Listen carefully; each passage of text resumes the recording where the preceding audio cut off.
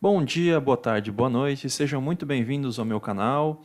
Eu vou começar a gravar alguns vídeos de apoio à turma da mentoria, que começou alguns dias, e então esse daqui faz parte de um pacote que eu vou oferecer para os alunos, e como é um conteúdo que já está aberto no blog, eu resolvi deixar aberto no YouTube também, assim como a aula inaugural, que é o segundo vídeo do canal, tá? Então, eu estava explicando sobre modelagem, sobre tipos de serviço, e chegou aqui num ponto que eu mencionei classificação de serviços na mentoria. Tá? É uma mentoria bem básica, vai começar bem lá do início, e como ela é mais focada em REST, eu não vou entrar tanto nos princípios de design de serviço. Né? Então, mas como os assuntos estão ligados e eu mencionei isso lá, acho que vale a pena dar uma pincelada um pouquinho com mais detalhes. Então, eu vou fazer esse vídeo para explicar um pouquinho, fazer alguns comentários em cima desse post, que é de 2016. Tá? Então, ele já não é o primeiro, né? É um post que foi baseado no... até que fala como o reuso pode atrapalhar a iniciativa SOA. Tá? Mas eu vou ignorar um pouco esse background e focar mais na classificação do serviço em si. Tá? Eu falo aqui embaixo, eu já vou antecipar um pouco, que eu acho que é interessante conhecer o tema para estabelecer um vocabulário comum. Ou seja, quando você estiver conversando com outro analista, com outro arquiteto, vocês estão falando a mesma língua. Vocês estão falando assim, esse aqui é um utility service, é um serviço utilitário, é um serviço do tipo entidade, é um serviço do tipo tarefa, ou processo, enfim, para vocês estarem no mesmo ponto, né? Tá na mesma página. Mas, no fim das contas, eu acho que não é tão importante assim. Eu prefiro analisar as operações e não serviços, né? Porque o que vai levar em consideração mesmo, na hora de você classificar, o serviço é só um grupador, né? São as operações. Dentro de um mesmo serviço, eu posso ter operações mais entity ou mais tasks. Tipo, que são mais simples, granularidade menor ou maior, enfim. O mais importante aqui é você, de repente, utilizar toda essa base de conhecimento que tem na literatura para você refletir se você realmente está fazendo uma melhor modelagem.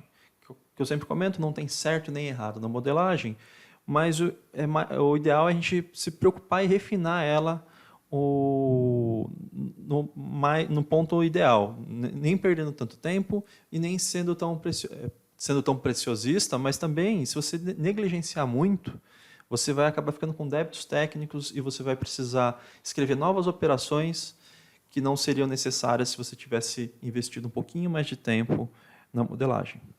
Bom, mas indo lá para o início, a classificação de serviço, o que ela é? Se você estiver analisando o catálogo de serviços de uma empresa, é possível observar características incomuns entre algumas dessas operações, desses serviços. Tá? Então, tem um livro do Thomas Uhr, que é um dos papas, né, da orientação ao serviço, que fala só sobre os princípios de design de serviço. E lá ele definiu 3 classificações, que ele chamou de Service Model. O Utility, que eu comentei, o Entity e o Task. Tá? E até eu ler esse ponto do livro, eu, mesmo trabalhando há muitos anos na área, eu tinha um pouco de dúvida, não é muito claro o que é um, o que é outro. Daí, quando eu fui na literatura, e a literatura ela é muito pesada, tá? Ela é muito burocrática.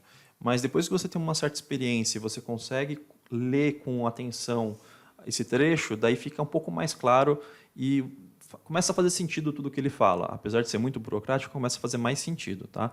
Então, ela está relacionada ao sua Pattern Service Layers, que você vai separar seu catálogo em camadas de acordo com o Service Model. Que eu falei, é muito burocrático, tá? É mais para a gente ter uma base de... É mais para a gente se situar quando está conversando e usar isso como ferramenta para auxiliar na modelagem.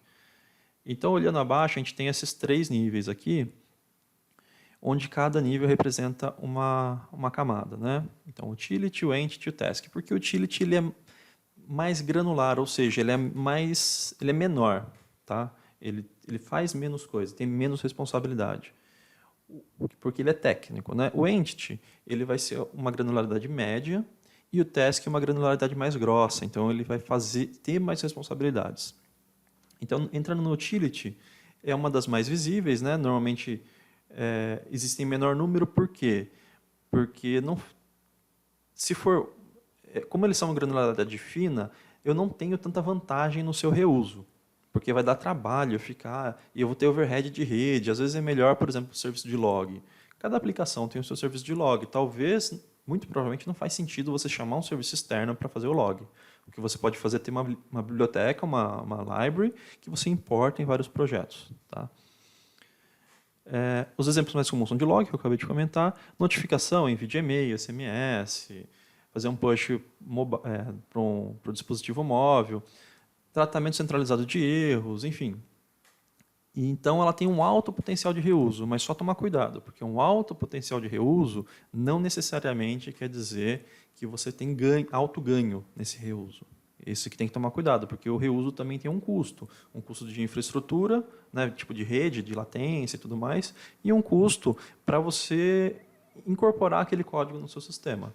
Se for uma biblioteca, você simplesmente faz um import. Agora, se for um serviço, você tem que criar o stub, skeleton, enfim, tem uma série de artefatos que você tem que criar e esse overhead de rede para ir até o serviço, esperar ele executar e depois voltar. Tá? E ele está relacionado ao pattern utility abstraction. E vocês vão ver que tipo assim, tem muita coisa, que nem eu já mencionei 2 SOA patterns, então assim, se você começar a entrar nisso daí, você vai ficar meio doido. Tá? Bom, Entity Service. Aqui a gente já está numa camada com uma granularidade mais legal. Normalmente, eles são definidos como data-centric, ou seja, eles são centrados nos dados. Por isso que eles vão ter características de CRUD, né? De create, read, update e delete. Então, é como se você estivesse expondo uma tabela, grosso modo. Né? Mas você não deveria se limitar às suas operações. Tá? Normalmente, eles são agnósticos ao processo de negócio. Aqui que é o pulo do gato, tá? Que é a diferença entre o entity e entre o service. Que muitas vezes a gente fala assim, não, o entity é o CRUD, o resto é task. Mas não é bem assim, tá? Pela definição aqui do livro, se eles possuírem características mais genéricas, não sendo específicos de um processo, eles são entity. Então, é alguma coisa que não está ligada a um processo de negócio. Então, e ele está só nesse escopo. Então, um serviço de análise de crédito não é necessariamente específico do processo de financiamento. Ele pode ser utilizado no cadastro de um prospect, ou seja, de um cliente, ou numa revisão de limite de crédito. Então, ele pode ser reutilizado em outros processos de negócio. Então, ele é um Entity Service. Agora, com relação aos Task Services, primeiro, deixa eu voltar um pouquinho. A confusão inicial de quem olha só a nomenclatura, que é a dúvida que eu tinha lá atrás, né? Na verdade, não era nem dúvida, né? O que eu imaginava quando eu não tinha lido com atenção essa literatura, que é o seguinte. O entity é quando é uma entidade só. O task é quando envolve mais de uma entidade. Eu escutei isso em alguns lugares, não vou me lembrar agora, que faz muito tempo. Mas, segundo a definição desse livro, é um pouco diferente.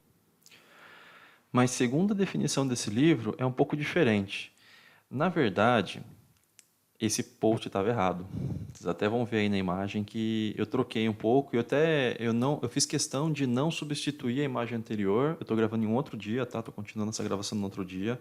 Eu parei, conversei com alguns colegas, reli partes do livro. Então eu tive que reler o livro do Princípios de Design de Serviço, que é a bibliografia desse post. Daí eu vi também o livro também do Thomas Ur, da mesma linha de livros dele, de contrato de serviços.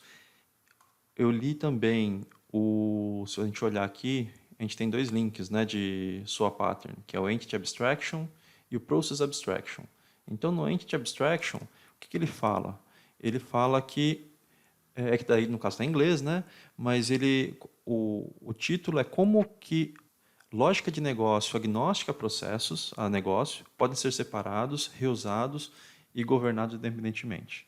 Tá? Então, o problema é juntar 2 tipos de lógicas agnósticas ao processo, que seria o entity, né, que serviria para vários processos de negócio, e lógica específica de processo.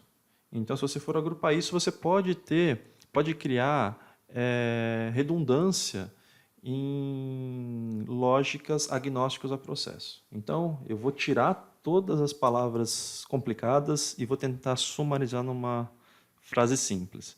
Se eu juntar tudo no mesmo lugar, no processo, muito provavelmente eu vou ter duplicação de código de entidades. Basicamente é isso, tá? Então, assim, conforme esses patterns eles vieram para resolver problemas comuns, só que para você conseguir aplicar eles, você precisa ter um conhecimento e a empresa tem que ter uma maturidade muito alta.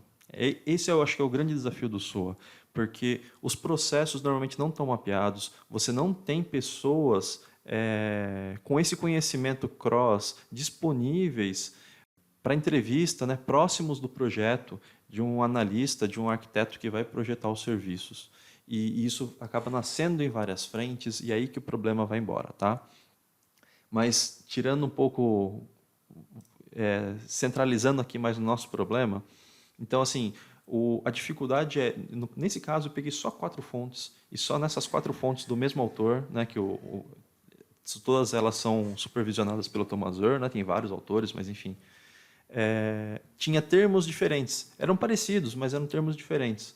E daí, quando você lê uma, daí você vai ler a outra, e isso acontece comigo, porque esses livros eles replicam trechos de um no outro para eles ficarem mais completos. Então, tem muito Ctrl+C, Ctrl+V nesses livros. E daí você está lendo e você fala, mas eu já li, mas está meio estranho, está um pouco diferente. Então, eu tive esse sentimento quando eu estava reestudando esse assunto para fazer esse vídeo, tá? Mas vamos lá, sendo objetivo. Então, vou até seguir aqui lendo. O Task Service é uma classificação que ela está relacionada ao processo de negócio. Então, o ideal seria você ter esses processos bem mapeados e estar bem claro na cabeça de quem está modelando quais são esses processos. Só que essa característica reduz seu potencial de reuso. Como são processos de negócio, é uma coisa muito mais ampla do que uma entidade, vai ter menos reuso, é natural, tá? Mas isso não quer dizer que você não deva expor isso na forma de serviço, tá? Porque vai ter vários canais, enfim, vale a pena, tá? É só ter ciência que não vai ter tanto reuso. E normalmente é implementado através de uma composição ou orquestração de serviço. Bom, mas qual que é a diferença dos dois? No outro vídeo a gente comenta disso, não fica muito longo. Onde que eu vou modelar? Eu vou modelar no Entity ou no Task? Que é o que eu estava falando até agora, né? Então, se for, complementando o exemplo anterior ali, se for uma operação nota fiscal.emitir, ela não é só um incluir, na verdade não faria sentido eu ter um create da nota fiscal, porque eu vou emitir, ela deve envolver outros serviços, outras entidades. Mas não tem problema nenhum nisso, porque o escopo principal é da nota fiscal. Ela está muito ligada a essa entidade. Então, ela fica dentro do escopo da nota fiscal e ela continua sendo um entity service. Beleza? Independente se ela vai utilizar 1, 2, 3 ou 5 entidades. Normalmente vão ser menos, vão ser poucas, né? Ela se tornaria um task service se o escopo funcional fosse específico de um processo de negócio, pai. Então, assim, tudo vai ter um processo de negócio pai. Se ele for específico, né, que seria o Process Specific, ou Non-Agnostic Process, o Agnostic seria que é genérico, né? Então é um cara que não é genérico. Se ele não é genérico, ele é específico. Então a gente até esquece esse cara e usa Process Specific, que é muito mais fácil de entender.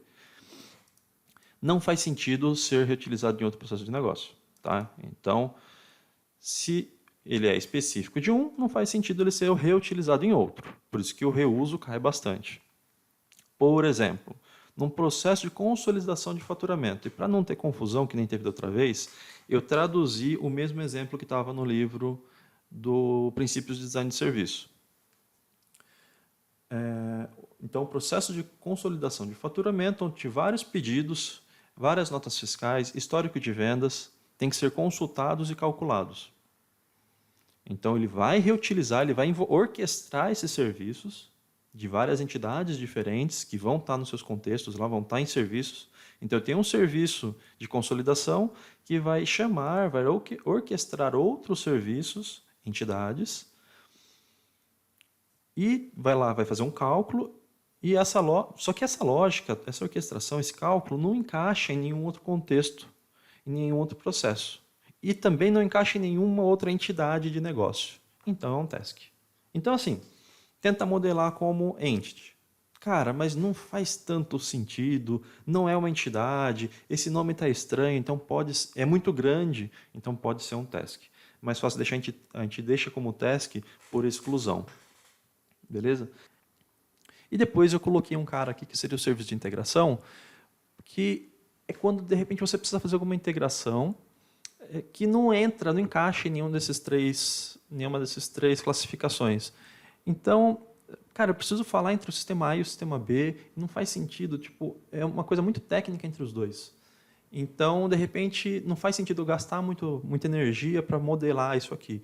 Então, é um cara que é uma integração só, não é um serviço de negócio, não é um serviço SOA, é só uma integração ponto a ponto. Então, eu costumo criar uma classificação separada só para não misturar esses serviços. Beleza? Então, a ideia era mais dar uma passada com a minha visão, explicando, que eu acho que é muito mais rico do que só lendo o texto, e uma outra forma de distribuir esse conteúdo. Se tiver alguma dúvida, alguma besteira que eu falei, não concorda, ou queira complementar alguma coisa, deixa nos comentários aqui que eu vou ler todos e responder eles pessoalmente. Muito obrigado pela atenção e até o próximo.